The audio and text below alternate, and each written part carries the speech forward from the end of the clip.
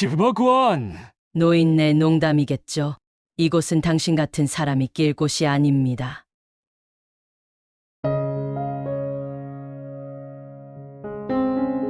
오늘 밤 이곳 서울 경매센터에서는 한순간도 놓칠 수 없는 역사적인 순간이 펼쳐질 예정입니다. 빛나는 샹들리에 아래 조선시대의 징후한 보물이 모습을 드러내고 있습니다. 용과 봉황이 새겨진 이 상자는 단순한 골동품이 아닙니다. 그 속에는 세대를 뛰어넘는 이야기가, 그리고 한 가족의 잊을 수 없는 비밀이 숨겨져 있습니다. 하지만 여러분, 그 상자를 둘러싼 치열한 전쟁을 예측하셨습니까? 누구도 예상치 못한 도전자가 등장합니다. 낡은 양복과 달아빠진 구두를 신은 한 노인, 그가 경매장의 판도를 완전히 뒤집어 놓을 것입니다. 이제 여러분은 준비되셨나요? 그의 이야기가 시작됩니다. 서울의 한여름은 언제나처럼 숨이 막힐 듯 덥고 뜨거웠다. 도시의 중심에 위치한 서울 경매센터의 대리석 바닥은 햇빛을 받아 눈부시게 빛났고, 화려한 샹들리에가 천장에서 내려와 화폭 같은 빛을 쏟아내고 있었다. 경매장을 가득 채운 사람들의 웅성거림, 고급 향수의 짙은 향, 그리고 그 사이사이 들려오는 와인잔의 맑은 부딪힘 소리는 오늘의 특별한 밤을 예고했다. 중앙 무대 위 눈길을 끄는 유리 진열대 안에는 조선시대의 보물로 알려진 나무 상자가 자리를 잡고 있었다. 상자는 용과 봉황이 춤추는 섬세한 조각과 에메랄드, 루비가 박혀 있어 보는 이들의 숨을 멎게 했다. 오늘의 경매 품목 중 가장 중요한 이 물건은 단숨에 사람들의 시선을 사로잡았다. 구석진 곳, 모두가 모이는 중심에서 벗어난 자리에는 한 노인이 서 있었다. 김병수, 70대 후반의 그는 낡은 양복과 달아버린 구두를 신고 있었다. 그의 손에는 오래된 천가방이 들려 있었고, 날카로운 눈빛은 그의 거칠고 힘겨운 삶을 말해주는 듯했다. 하지만 그의 눈은 오직 하나, 무대 위 진열된 나무 상자를 향하고 있었다. 저 사람은 누구지? 이런 경매장에 어울리지 않아 보이는데. 고급 정장을 입은 이들이 속삭이며 고개를 갸웃했다. 일부는 대놓고 비웃음을 던졌고, 몇몇은 그의 존재를 무시했다. 그러나 병수는 주변의 웅성거림에 개의치 않았다. 그의 마음속에는 오직 하나의 목표만이 존재했다. 저 상자는 단순한 물건이 아니었다. 그것은 그의 과거, 그의 가족, 그리고 그의 모든 것이었다. 여러분, 오늘의 하이라이트를 소개합니다. 사회자 박철우의 목소리가 울려 퍼졌다. 그의 손짓과 함께 조명이 집중되었고, 무대 위 나무 상자가 더욱 빛났다. 조선시대의 징귀한 보물, 나무 상자입니다. 시작가는 10억 원입니다. 순간 경매장의 분위기는 전혀 다른 차원으로 바뀌었다. 사람들은 들뜬 표정으로 속삭이기 시작했다. 이건 대단한 물건이야. 어떤 부자가 가져갈까? 가장 앞줄에 앉아있던 이미란, 고급 보석으로 치장한 사업가는 자신감 넘치는 미소를 지었다. 그녀는 이 상자를 소유하려는 결심이 서 있었다. 한편 최진우, 부동산 재벌인 그는 미란을 견제하는 눈빛을 보내며 조용히 웃고 있었다. 입찰은 빠르게 시작되었다. 10억 원, 12억 원, 15억 원. 가격이 치솟을 때마다 사람들의 열기는 더해졌다. 그러던 중 한 노인의 목소리가 경매장을 울렸다. 10억 원, 병수였다. 그의 목소리는 크지 않았지만 경매장 전체를 조용히 만들었다. 모든 시선이 그의 낡은 옷과 바랜 구두로 향했다. 저 사람이 농담하는 건가? 10억 원을 낼 수 있을 리가 없잖아. 사회자 박철우는 잠시 머뭇거리더니 그를 바라보았다. 김병수 씨 10억 원 입찰을 확실히 하신 겁니까? 병수는 고개를 끄덕이며 대답했다. 그렇습니다. 모든 사람이 술렁이기 시작했다. 병수의 도전은 웃음거리로 여겨졌지만 그는 전혀 흔들리지 않았다. 가격이 오를 때마다 그는 다시 손을 들어 올렸다. 12억 원, 15억 원, 20억 원. 이미란과 진우는 점점 초조해졌다. 그들은 처음에는 병수를 무시했지만 그의 단호한 태도에 당황하기 시작했다. 도대체 저 사람은 누구지? 이렇게까지 고집을 부리는 이유가 뭘까? 잠시 휴식 시간 동안 한 기자가 병수에게 다가와 물었다. 왜 이 상자를 사려는 겁니까? 병수는 잠시 침묵했다. 그의 얼굴에 깊은 슬픔이 스쳤고 이내 이야기를 시작했다. 이 상자는 우리 가족의 보물입니다. 내 아버지가 직접 만든 작품이죠. 하지만 운명의 장난으로 우리 가족은 모든 것을 잃었습니다. 그의 이야기는 그를 단순한 노인이 아닌 잃어버린 가치를 찾기 위해 인생을 건 사람으로 만들었다. 자, 이제 본 경매의 하이라이트를 소개하겠습니다. 박철우 사회자의 목소리가 웅장하게 경매장을 가득 채웠다. 천장에서 쏟아지는 빗줄기가 무대를 환하게 비추자 그 중앙에 놓인 나무 상자는 찬란한 보석처럼 빛났다. 조선시대의 귀중한 유산, 용과 봉황의 조각으로 장식된 나무 상자입니다. 내부는 에메랄드와 루비로 세공되어 있으며 당시 왕족의 소유물로 알려져 있습니다. 시작가는 10억 원입니다. 청중들의 웅성거림이 커졌다. 저 상자는 단순한 물건이 아니야. 예술 그 자체지. 오늘 여기서 저 상자를 가져갈 수 있다면 난 그 어떤 것도 필요 없어. 이미라는 경매장의 앞줄에서 우아하게 다리를 꼬고 있었다. 그녀는 미소를 지으며 상자를 유심히 바라보았다. 그녀에게 이 상자는 단순한 장식품이 아니었다. 그녀의 소유욕을 충족시키고 그녀가 속한 세계에서 자신의 위상을 더욱 공고히 할 기회였다. 반면 최진우는 느긋한 자세로 앉아 담담하게 상자를 바라보고 있었다. 그의 마음속에는 단 한 가지가 있었다. 돈으로 얻지 못할 것은 없다는 확신. 그러나 그들이 전혀 예상하지 못한 도전자가 있었다. 10억 원. 경매장이 멈췄다. 누구도 예상치 못한 목소리가 울려 퍼졌다. 모든 사람의 시선이 한 구석에 서 있던 김병수에게로 향했다. 그의 낡은 양복, 달아빠진 구두, 손에 들린 오래된 청가방은 이 화려한 공간에 너무나도 어울리지 않았다. 저 사람이 10억 원을 낸다고? 농담이지, 그렇지 않아? 사회자 박철우도 순간 말을 잃었다. 그러나 곧 그의 표정은 다시 프로페셔널하게 돌아갔다.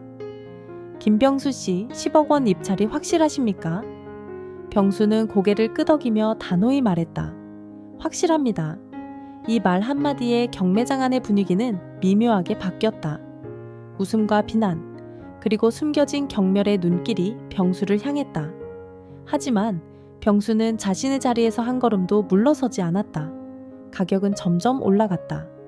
이미라는 그녀 특유의 자신감 넘치는 미소로 12억 원을 외쳤고 최진우는 가볍게 손을 들어 15억 원을 선언했다.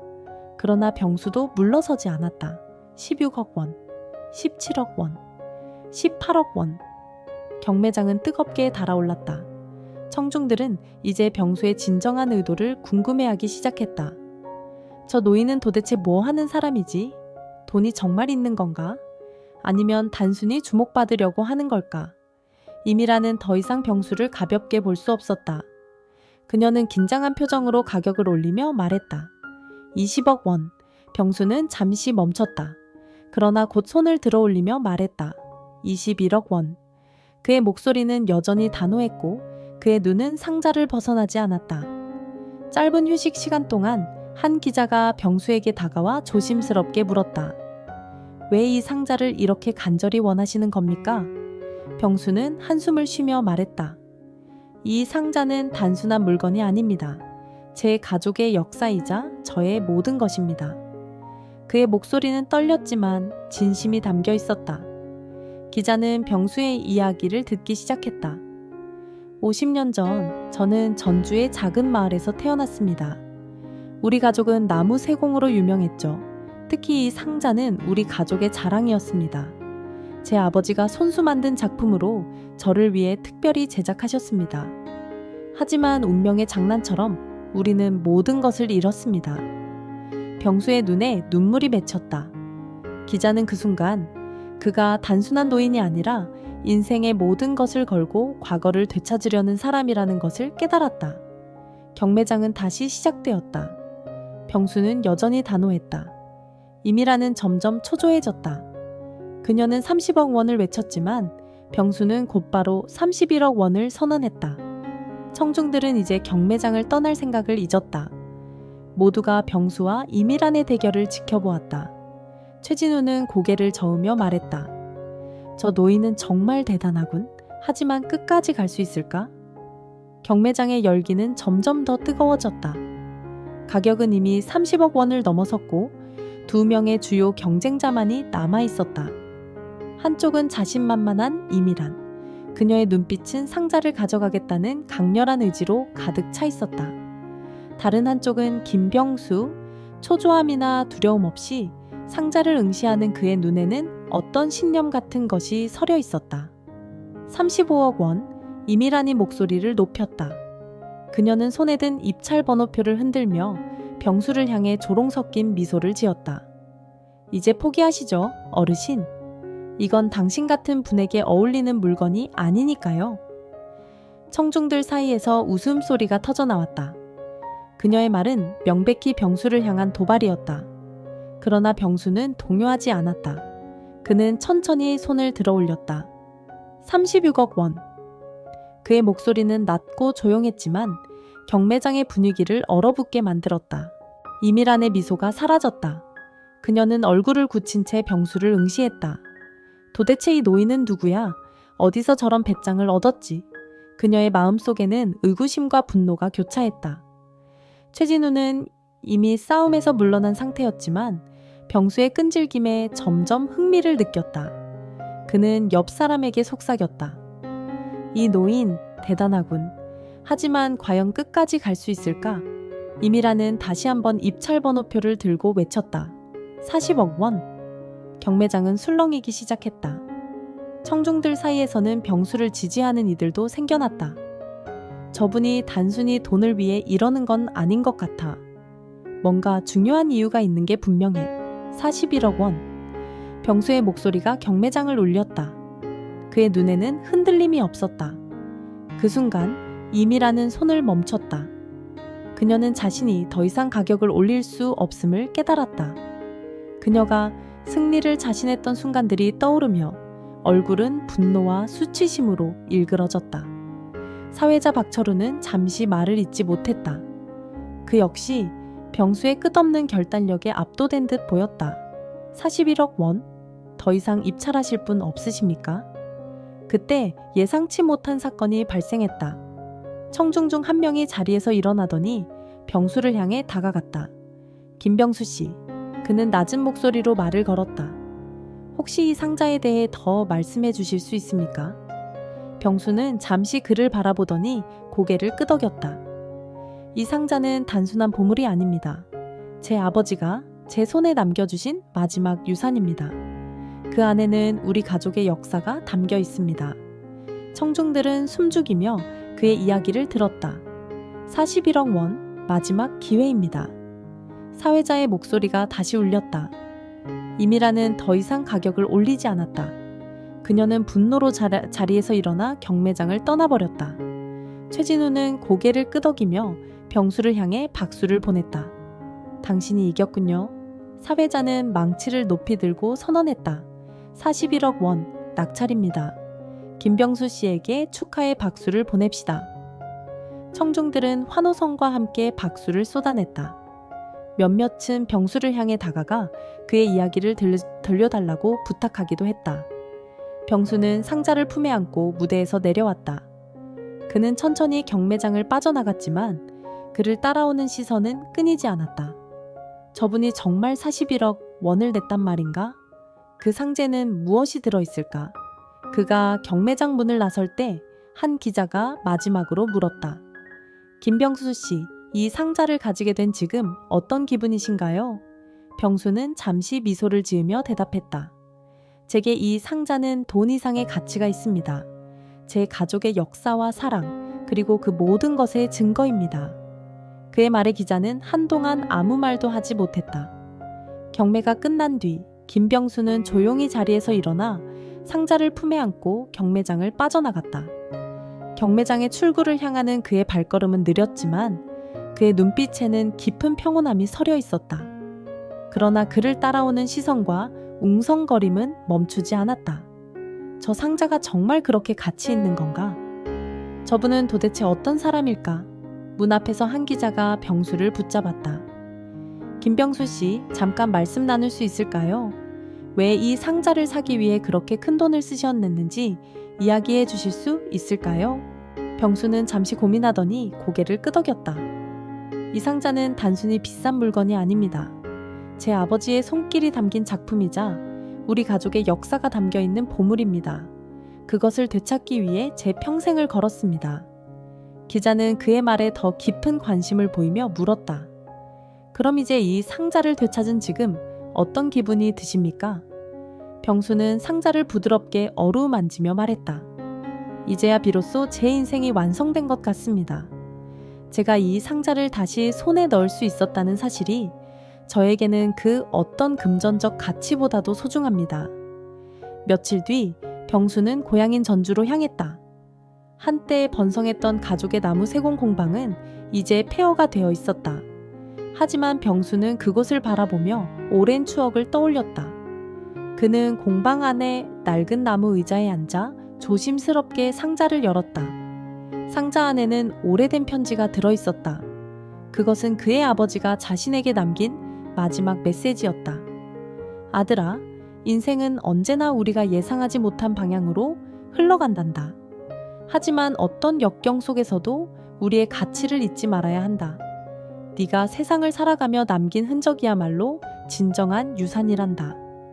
병수는 편지를 읽으며 눈물을 흘렸다. 그는 그 순간 자신의 평생의 고난과 희생이 그 편지 속에 응축되어 있음을 깨달았다. 병수는 상자를 닫고 조용히 고개를 들었다. 그는 고향 주민들에게 공방을 복원하겠다고 선언했다. 이 공방은 단순히 물건을 만드는 곳이 아닙니다. 우리 마을과 가족의 역사를 다시 세우는 공간이 될 것입니다. 마을 주민들은 그의 말에 깊이 감동하며 도와주겠다고 나섰다. 몇 달 후 공방은 다시 활기를 되찾았다. 나무 세공 기술을 배우려는 젊은이들이 모여들었고 병수는 그들에게 자신이 배운 모든 것을 전수했다. 병수는 공방에서 조용히 앉아 상자를 바라보았다. 그의 얼굴에는 깊은 평온함과 만족감이 서려 있었다. 그 상자는 이제 단순한 물건이 아니라 그의 인생의 상징이자 모든 것을 되찾은 증거였다. 저녁이 되자 마을의 아이들이 공방에 모여들었다. 병수는 그들에게 말했다. 너희들 모두 이 공방의 새로운 역사를 만들어갈 사람들이란다. 절대 잊지 마라. 우리가 남긴 흔적이야말로 진정한 보물이다. 아이들은 병수의 말을 들으며 고개를 끄덕였다. 공방 안에는 따뜻한 빛이 가득했고 그곳은 다시 한번 희망과 꿈으로 빛나고 있었다. 이 이야기는 단순히 잃어버린 보물을 되찾는 여정을 넘어서 인생의 진정한 가치를 깨닫는 과정이었다. 김병수의 이야기는 우리 모두에게 묻는다. 당신이 남기고 싶은 진정한 유산은 무엇인가? 독자 여러분, 여러분은 어떤 유산을 남기고 싶으신가요? 댓글로 여러분의 생각을 나눠주세요. 감사합니다.